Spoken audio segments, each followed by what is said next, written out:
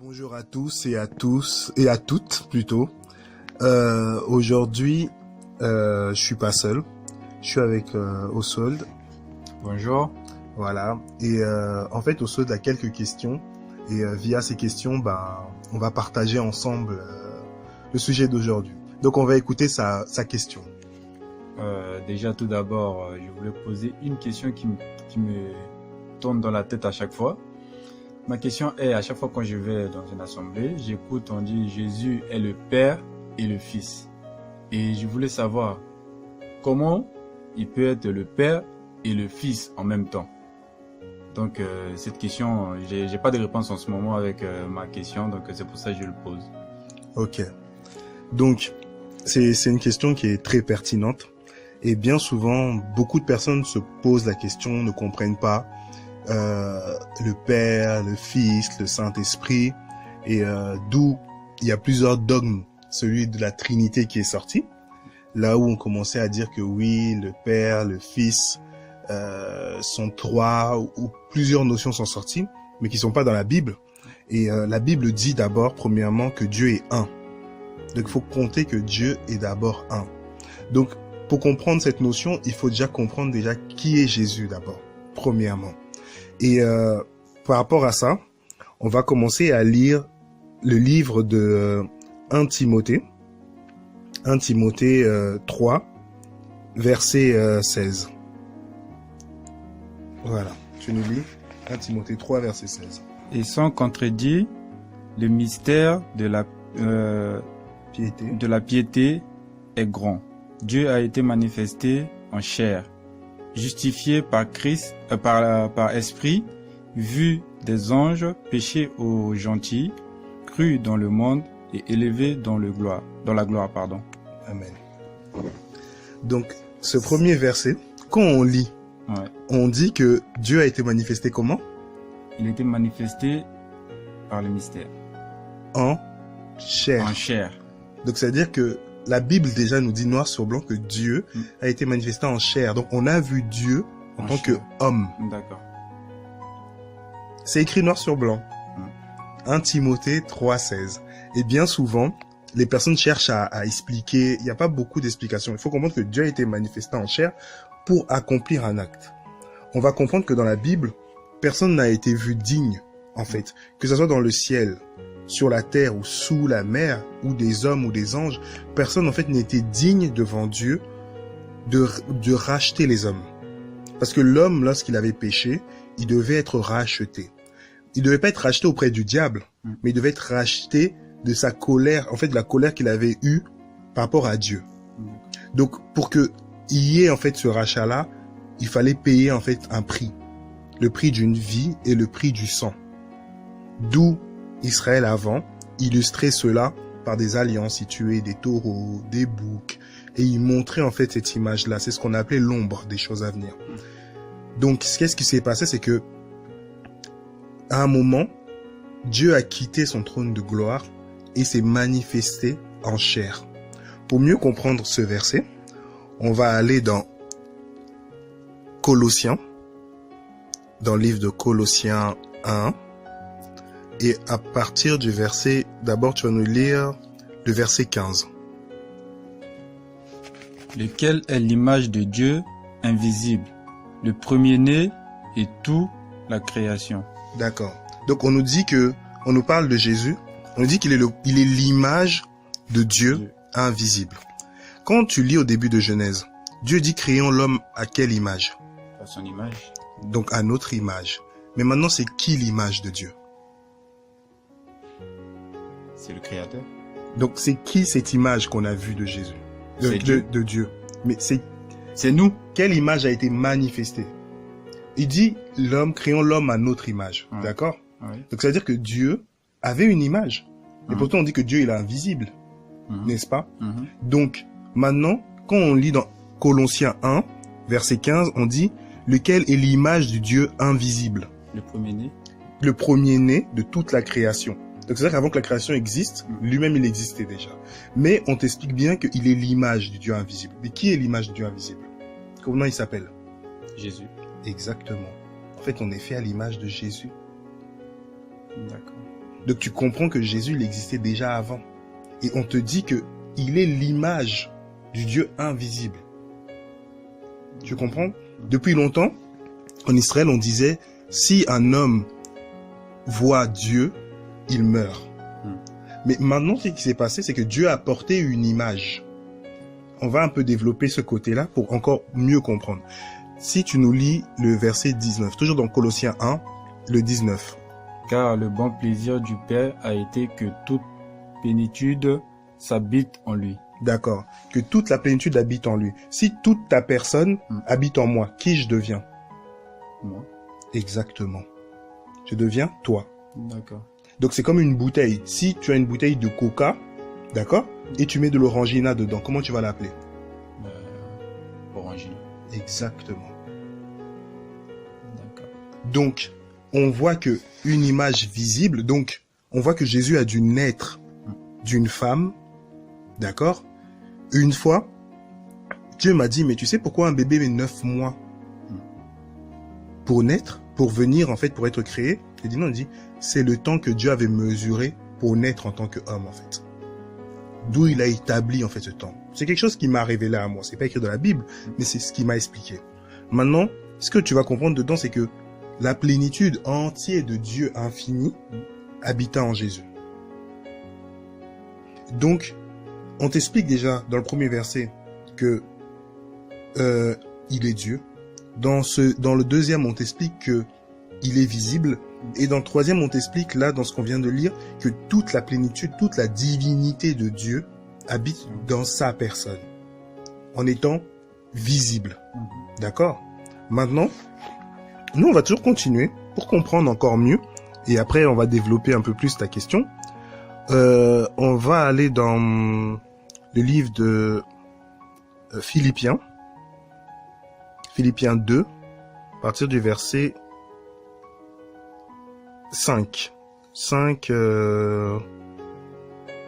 jusqu'à 8.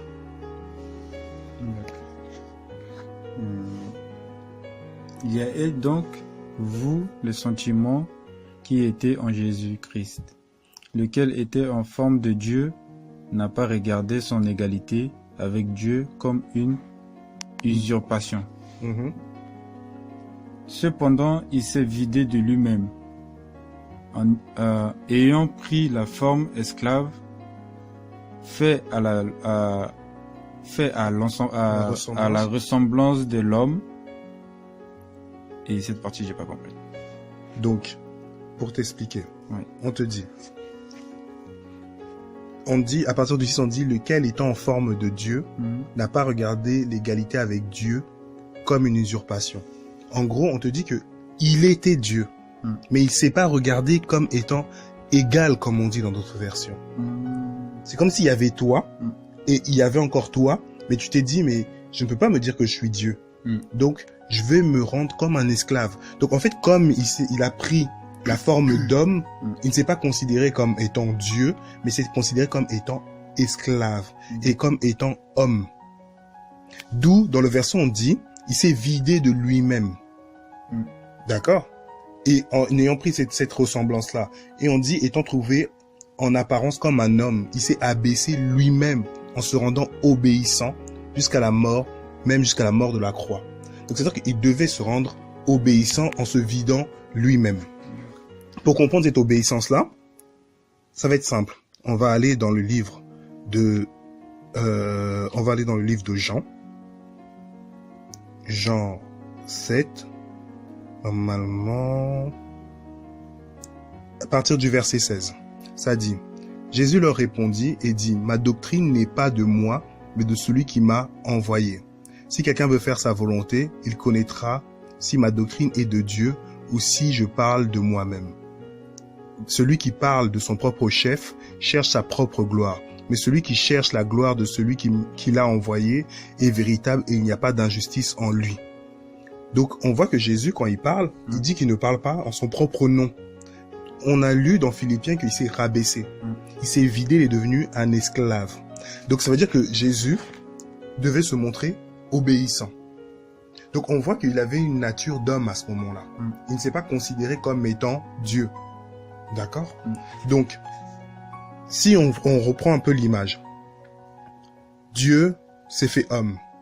Mais en se faisant homme, il n'a pas triché. Il était devenu 100% homme aussi. Donc ça veut dire que on l'a enseigné. Parce que si on t'enseigne, tu dois te rendre compte, on te dit que tu es obéissant, c'est-à-dire qu'on t'a appris quelque chose. Et que tu as obéi à cette chose-là. Tu peux pas être obéissant sans avoir appris. Donc c'est-à-dire que Jésus, on lui a dit, tu dois faire ci, tu dois faire ça, tu dois marcher comme ça. Et à ce niveau-là, il a montré de l'obéissance. Mais qui l'a dit de faire ça? Le Père. Parce qu'il disait toujours, je fais pas de ma propre volonté, mais de la volonté du Père. Et c'est qui le Père? C'est là qu'il faut comprendre. Dans la Bible, on voit que les apôtres, ils l'ont demandé, mais Jésus, qui est le Père? Et il dit, mais depuis que vous êtes avec moi, vous n'avez pas vu? Dans le livre de Jean, Jésus explique bien que le Père est en lui, et que lui, il est dans le Père. Et que le Père et lui font un. Donc, ça veut dire que, en fait, quand Jésus est manifesté homme, il est 100% Dieu par rapport à une mission. Et il est 100% homme par rapport à une mission aussi. Donc quand il est venu, il avait plein de missions à faire. De réparer des choses qui étaient cassées, que les hommes avaient abîmées, de réconcilier le ciel et la terre.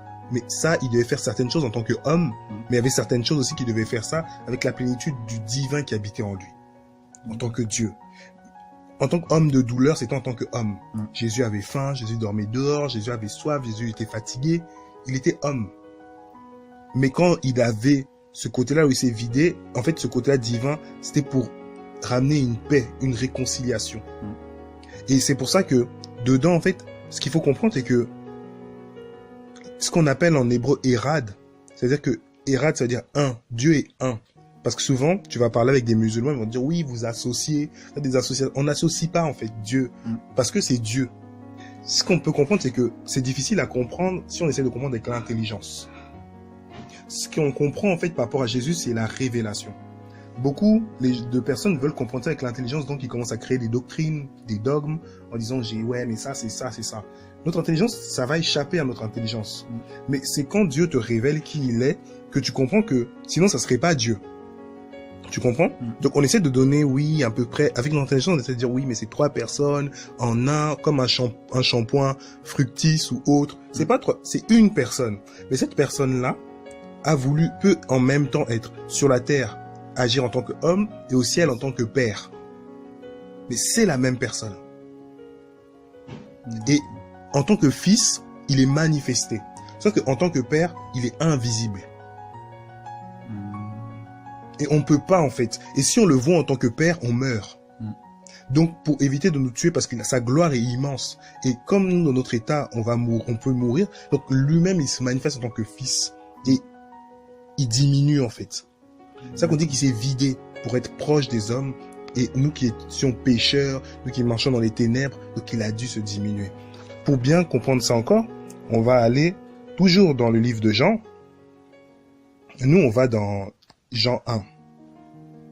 Jean nous dit, au commencement était la parole était tournée vers Dieu et Dieu était la parole.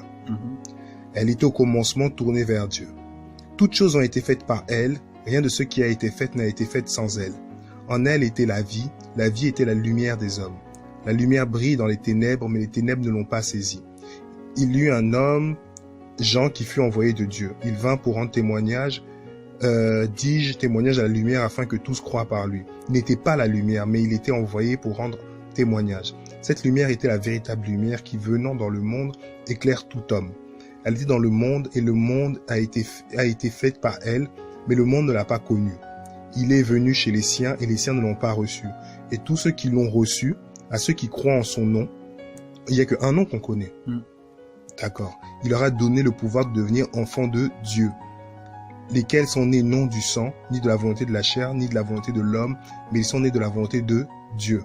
Et ensuite on dit, et la parole est devenue chair. Elle a dressé sa tente parmi nous, pleine de grâce et de vérité, et nous avons contemplé sa gloire. Une gloire comme la gloire du Fils unique du Père. Donc on se rend compte que au commencement était la parole. Toujours pour développer ça, nous on regarde dans Genèse 1. Genèse 1, on nous dit, au commencement, Dieu créa les ciels et la terre. La terre devint informe devint était non, la terre était dans les ténèbres, était à la surface de l'abîme. Dieu dit que la lumière apparaisse, la lumière apparut. Et Dieu vit que la lumière était bonne et Dieu la sépara la lumière des ténèbres. D'accord? Et on se rend compte que cette lumière qui a été séparée dès le commencement, qu'est-ce qui s'est passé? C'est qu'elle est venue parmi les hommes. Bon, qui est venue au milieu des ténèbres pour éclairer maintenant. C'est-à-dire que cette lumière avait déjà un rôle avant même que les histoires se passent. Et on se rend compte que Jésus, en fait, a une chose. Il était la parole. Dieu est la parole. Dieu a tout créé. On dit dans Colossiens encore, qu'on a lu tout à l'heure, que tout a été créé par lui, pour lui et en lui, en Jésus-Christ. Donc, on nous explique bien qu'il est Dieu. D'accord? Et on nous explique que dans ce rôle de lumière, en fait, il est devenu une lumière, et cette lumière est devenue chair. On montre chacun, en fait, les degrés, comment, en fait. Et donc, tu te rends compte que, finalement, aujourd'hui, ce qui s'est passé, c'est que Jésus, maintenant, en tant que chair, il a fini sa mission. On voit maintenant le Saint-Esprit qui prend encore une mission. Mais le Saint-Esprit, dans Actes des Apôtres, on nous dit bien que c'est l'Esprit de Jésus. Donc, c'est-à-dire que ton esprit à toi, c'est qui? Exactement. Si l'esprit à toi, c'est toi. Et c'est comme ça, en fait. Donc, c'est toujours Jésus, en fait. Et le Saint-Esprit, il rend gloire à Jésus. Quand on dit, par exemple, au nom du Père, du Fils et du Saint-Esprit, c'est quel nom? Jésus. Exactement, c'est ça. Le nom du Père, du Fils et du Saint-Esprit, c'est le nom de Jésus. Ok. On dit, faites tout au nom du Père, du Fils, mais c'est quel nom? On dit, tout à l'heure, dans Philippiens, on nous dit qu'il y a un seul nom qui nous a été donné. D'accord? Et on va juste relire ce verset-là pour juste attester ça. C'est toujours dans Philippiens 2.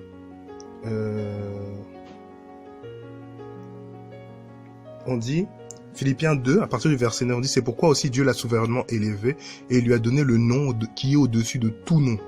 Il y a que à Dieu revient la gloire. Et on dit, afin qu'au nom de Jésus, tout genou fléchisse, tant ceux qui sont dans les cieux, que ceux qui sont sur la terre et sous la terre, et que toute langue confesse que Jésus-Christ est Seigneur, à la gloire de Dieu le Père. Donc, il n'y a qu'un seul nom par lequel on obtient le salut, un seul nom par lequel on est sauvé, et c'est Jésus. Et c'est le nom qu'on nous donne, du Père, du Fils, de l'Esprit. Ce qu'il faut comprendre, c'est que l'intelligence ne peut pas comprendre cette configuration. Donc, si une personne a du mal à saisir ça, ce qu'il doit faire, c'est qu'il doit demander, Seigneur, révèle-moi ton identité. Et il va se révéler en tant que Jésus-Christ. D'accord. Parce que c'est ce qui nous a été donné. Il faut comprendre que, autrefois, chez les Hébreux, le nom montrait l'identité. Par exemple, toi, aujourd'hui, c'est au sol, si tes enfants portent ton nom, c'est-à-dire que c'est toi. Donc, ils portent ton métier, ils portent ton identité. Regarde Jésus, on disait fils de charpentier. Tu te souviens? Avant, on disait fils de boucher, fils de nanani. Donc, en fait, tu portes l'identité de ton père. Donc, c'est pour ça que quand on nous donne à nous le nom de Jésus, on porte l'identité d'enfant de Dieu. Donc, fils de la lumière, enfant de la lumière, enfant de paix, enfant de la réconciliation. Parce que cette identité-là découle en nous. Est-ce que c'est un peu plus clair? Ouais, là je commence à comprendre là. c'est très clair même avec les versets et tout ça là. Je comprends. Mais c'est en fait le problème, c'est que ça, quand tu vas par exemple dans un lieu de culte ou quelque chose comme ça, tu peux pas poser de questions au pasteur ou les trucs, parce que t'as pas le droit en fait de poser la question en fait. Pour eux, ils vont croire que tu vas en plus le contredire. Si tu veux lui dire ouais mais c'est dit ça dans la Bible, mais pourquoi vous avez dit ça, tu vois? Il va mal le prendre. Bien et t'as le regard de tout le monde qui est sur toi en fait. Je sais pas comment expliquer, mais ça, en fait, la question que tu veux poser, mais ça reste en toi en fait. Je vais juste te dire une chose. Tu sais, autrefois, même normalement dans les synagogues, du temps de Paul, dans la Bible, de Jésus, quand les gens intervenaient, Paul y prêchait aussi dans les synagogues. En fait, tu avais un temps là où on enseignait, tu avais un temps là où on lisait, et tu avais un temps là où il y avait des questions qui devaient être posées. et on répondait. Et c'est là que souvent, Paul, tout ça, on disait à chacun, quelqu'un peut dire quelque chose, et eux, ils intervenaient à ce moment-là, en fait. Donc, c'est-à-dire que normalement, il y a un temps, là où, en fait, on pose des questions, parce que on doit saisir ce qu'on dit. On doit être enseigné. Et dans l'enseignement aussi, il faut répondre aux questions. Et c'est pour ça que c'est primordial, cette question, de connaître Jésus. De connaître, bien sûr, ça va au-delà de ça. Là, on parle simplement de qui il est en tant que Père, Fils, Esprit. On n'est même pas descendu dans les escaliers, donc on reste seulement à la surface. Mais la Bible nous explique tout. Il y a un verset que je voudrais qu'on puisse lire. C'est dans Ésaïe 9, à partir du verset 5. Ce verset dit: « Car un enfant nous est né, un fils nous a été donné. » On voit bien que déjà tout est en majuscule. L'empire reposera sur son épaule. On l'appellera miracle, conseiller, Dieu puissant, Père d'éternité. Donc on a bien dit au départ que c'est un fils. Et on dit qu'on va l'appeler Dieu puissant, qu'on va l'appeler Père d'éternité, Prince de paix. Pour accroître l'empire et une paix sans fin au trône de David de son royaume, pour l'affermir et soutenir par le droit et par la justice, dès maintenant et à toujours. Donc tu te rends compte que dès le départ, Ésaïe, il donne les attributs de Dieu. Et on te dit bien que cet enfant, on va l'appeler Père. On va l'appeler Fils. On va l'appeler Dieu. On va l'appeler Prince. On va l'appeler Miracle. On va l'appeler Conseiller. Et on dit que l'Esprit de Dieu vous consolera et vous conseillera. Que l'Esprit de Dieu va nous convaincre du péché. Donc il va nous conseiller en fait. C'est la même racine. Donc tu vois, dès ce verset résume tout en fait. Dans Ésaïe 9, verset 5.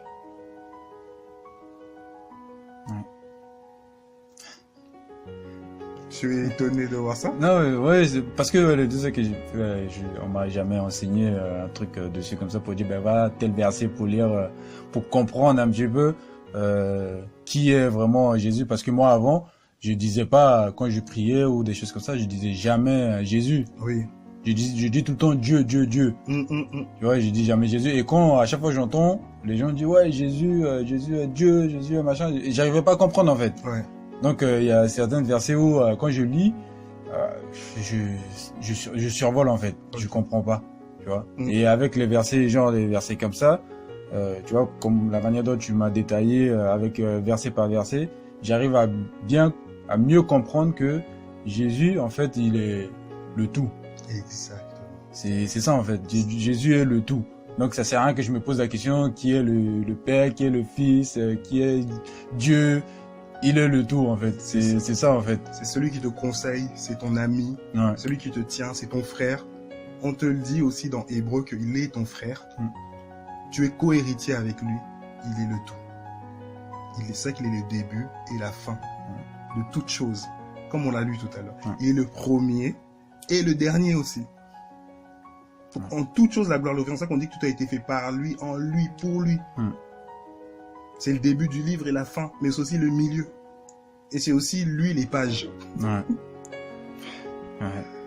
C'est marrant.